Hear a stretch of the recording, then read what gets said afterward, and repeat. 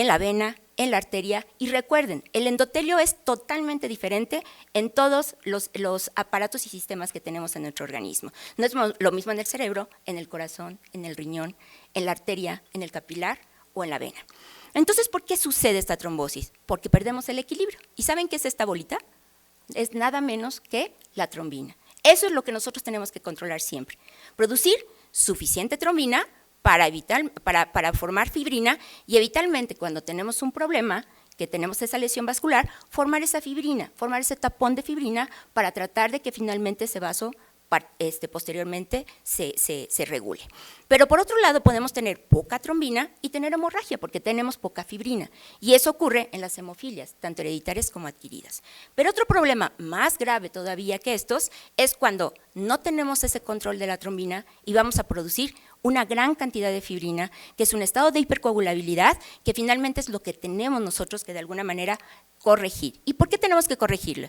Porque desafortunadamente la trombosis, que es un estado clínico alterado, la formación de un coágulo es que no podemos controlarlos de esa manera y es un coágulo donde no debería de existir. Cuando ese coágulo no debe de existir en esa zona, le llamamos trombo, por eso le llamamos trombosis o el sistema de hipercoagulabilidad. Pero es muy importante que no tiene un solo origen. El origen es multifactorial. Confluyen factores hereditarios y confluyen factores adquiridos también. Pueden estar asociados los dos. Entonces, por lo tanto, se considera como una enfermedad multigénica. ¿Y por qué es importante? Porque realmente, más que las leucemias, más que el cáncer, más que la anemia plástica, más que todo esto, es la primera causa de muerte en el mundo. O sea, desafortunadamente de los que estamos aquí, en algún momento de nuestra vida, quizás podemos tener cada 70% de nosotros una trombosis originada por alguna cosa y alguna condición multifactorial. Tan es así que es relevante que finalmente, como les digo, es la primera causa de muerte en el mundo. Sea la trombosis arterial, sea la trombosis venosa, es la suma de todas estas trombosis la que hacen este tipo de situación. Entonces, esto es el American Heart Association, que le hizo en el 2006, y fue muy interesante, porque finalmente ellos siempre decían, mi primera causa de muerte es el infarto agudo del miocardio. Nosotros tenemos alrededor de 865,000 casos por año y de ellos se mueren 171,000. Entonces tenemos que evitar que estos pacientes se mueran y por eso hicieron muchas campañas cardiovasculares, particularmente para controlar muchos de los factores de riesgo que producían infarto. Pero vieron también que en este segundo, tratando de ver cuáles eran los factores, el evento vascular cerebral ocasionado por una trombosis, por un stroke que le llamaban ellos, finalmente eran 700,000 y de estos se morían 158,000. Cuando ellos analizan en el 2006 qué estaba pasando con la enfermedad trombólica venosa, que incluye la TBP, trombosis venosa profunda y la embolia pulmonar, pues se fueron para atrás porque realmente decían, exceden los casos de infarto del miocardio y del EBC. La primera causa de muerte entonces es la enfermedad tromboembólica venosa. Y algo que finalmente ellos observaron de manera muy contundente es que la mayoría de las muertes en esta población se asociaban con falta de diagnóstico y no porque el tratamiento fallara. Entonces, teníamos el tratamiento estándar, hoy tenemos otros anticoagulantes, pero finalmente lo más importante es que no fallaba por esto, por el tratamiento, sino porque nosotros como médicos no diagnosticamos y por eso fallamos para diagnosticar esta patología. Y vean las casuísticas, tanto de Europa como norteamericana. Todos los demás no tenemos esa estadística como tal. Se han hecho muchas cosas en postmortem aquí en México, de hecho el doctor Ziegler en el siglo XXI, también el doctor Mellón en el siglo XXI, también se hizo el doctor Sandoval en el Instituto Nacional de Cardiología y también en el militar, se hicieron varios estudios que de alguna manera concretaban y concluían que todos esos pacientes que se habían muerto y habían tenido embolia pulmonar, nadie, o sea, 90% de los médicos ni siquiera habían sospechado que hubieran muerto por una embolia pulmonar. Entonces, vean, la casuística es muy alta y esto es una probabilidad. Se estima que al menos 3 millones de muertes por año ocurran en el mundo a consecuencia de la enfermedad tromboembólica venosa como esta. Entonces, sí tenemos dos tipos de trombos, el trombo blanco y el trombo rojo, como le habíamos llamado. Uno es venoso y en el otro es arterial. Y en este, pues particularmente hay muchas plaquetas y aquí en este hay mucha fibrina. Entonces, de alguna manera, hay muchas situaciones que la venosa la podemos hacer prevención primaria y una de las cosas es que la piedra angular de esta prevención primaria serían los anticoagulantes. Pero ¿qué pasa del otro lado en la arteria? Que de alguna manera, y hemos sabido que finalmente un parteaguas es que la prevención primaria en estas patologías pues debe de ser los antiplaquetarios, específicamente la aspirina. Sin embargo, hemos visto que aquí también participa la coagulación y entonces en esto, cuando participa la coagulación, finalmente se ha visto que quizás en algunos casos, en algunas situaciones, deberíamos dar anticoagulantes por cierto tiempo en ciertos tipos de pacientes cuando tienen un infarto, por ejemplo, un Zika. Pero es importante que en la venosa sí hay plaquetas, como pueden ver, pero no son de gran trascendencia como para decir hay que darles aspirina a este tipo de pacientes.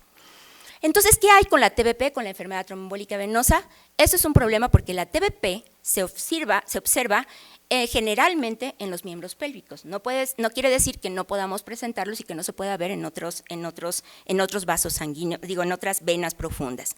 Pero este trombo, habitualmente cuando da síntomas, por ejemplo, en el caso que yo les presentaba, que puede dejar esta coloración roja, que es muy dolorosa, que se ve brillante la piel, que está edematosa, ¿sí? Que puede tener ciertas venas, así una red venosa, que a lo mejor son datos incipientes de un síndrome postrombótico.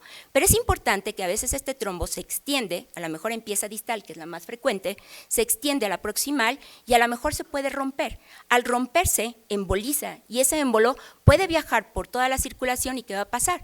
Puede migrar y llegar finalmente a los vasos pulmonares y tener una embolia pulmonar como se puede ver en este tipo de casos. Entonces, generalmente cuando hay una embolia pulmonar, sí tenemos una trombosis venosa profunda en alguna parte de nuestro organismo. Sin embargo, no siempre se diagnostica como tal y tampoco la embolia pulmonar, puede ser una embolia pulmonar masiva, una muerte súbita y no sospechamos que finalmente pudiera haber tenido una embolia pulmonar. En este caso, particularmente, los factores de riesgo que ya les decía, era una confluencia entre factores adquiridos y factores finalmente hereditarios. Hay algunos que particularmente son muy importantes como el cáncer y ciertas enfermedades de tipo inflamatorio, como les decía, inflamación igual a trombosis y trombosis igual a inflamación. Entonces realmente hay muchos factores de exposición y hay otros factores de riesgo predisponentes que tiene el propio paciente como tal. Esto es muy importante porque esto se fue ahí, se tocó en 1856 por la famosa triada de Virchow. Y la triada de Virchow dice, es la primera y finalmente sigue vigente porque él dice, hay que entender que esto no fue ocasionado por un solo factor de riesgo. Muchas mujeres posparto, muchos pacientes con cáncer, muchos pacientes después de una cirugía, muchos pacientes después de un proceso séptico desarrollaban una trombosis venosa. Y entonces realmente él dice, es la confluencia de muchos factores de riesgo. Entonces, no solamente de uno, sino es la asociación de más factores de riesgo. Y entonces se le dio la famosa triada, la estasis circulatoria, que define esto, la hipercoagulabilidad, que por ejemplo está el embarazo y la malignidad, entre otros, y también tenemos el estado, por ejemplo, el daño del endotelio vascular, como por ejemplo las quemaduras o como por ejemplo el trauma, o también una cirugía de más de 30 minutos puede tener también una frecuencia mayor de estos eventos trombóticos venosos. Entonces, algo muy importante que finalmente tenemos que pensar que todas estas patologías, en muchos de nuestros pacientes que están ahorita hospitalizados, por lo menos 50% de ellos, tanto en la parte médica como en la parte quirúrgica, tienen factores de riesgo para enfermedad tromboembólica venosa y de esos no le están dando mucha prevención primaria, como varios estudios que se hizo aquí en México y se hizo una primera vuelta y se hizo una segunda vuelta, que esos pacientes solamente recibían en alrededor del 40-45% una prevención primaria con anticoagulación como tal. Es importante, y esta es una revisión que lo hace muy poco tiempo, a finales del año pasado, el doctor Prandoni. Y entonces Prandoni dice, hay factores de riesgo para trombosis venosa que pueden ser adquiridos, los hereditarios y los mixtos o desconocidos. Y particularmente vean los adquiridos. Uno le da, lo que está en rojo, es que son los más frecuentes. Y vean que tiene una asociación casi independiente. La edad avanzada, entre más envejecemos, más trombosis hay. ¿Y qué está pasando? La pirámide poblacional está cambiando y cada vez nos estamos haciendo más viejos y cada vez tenemos más sobrevida. Entonces, cada vez vamos a tener más fenómenos trombóticos. Una de las cosas, como por ejemplo en este caso, que tenía una trombosis previa. Y esta trombosis previa es un factor de riesgo adquirido per se para volver a tener un fenómeno trombótico. Vean los estrógenos, que en el caso de ella lo tenía. ¿Podía haber tenido una trombofilia? Posiblemente sí. Embarazo y la terapia de reemplazo hormonal. Obesidad, que nosotros en nuestra población es muy alta. Entonces somos el primer país de gordos y obesos, ¿no? Entonces tenemos que tener mucho control. Pero vean, por lo menos algo pasa en los hombres, ¿no? Yo no soy nada de feminista ni nada, pero vean, el género masculino es un factor de riesgo de retrombosis. Y eso es algo muy importante porque finalmente no se sabe exactamente qué, pero probablemente tiene relación con las hormonas en tal caso.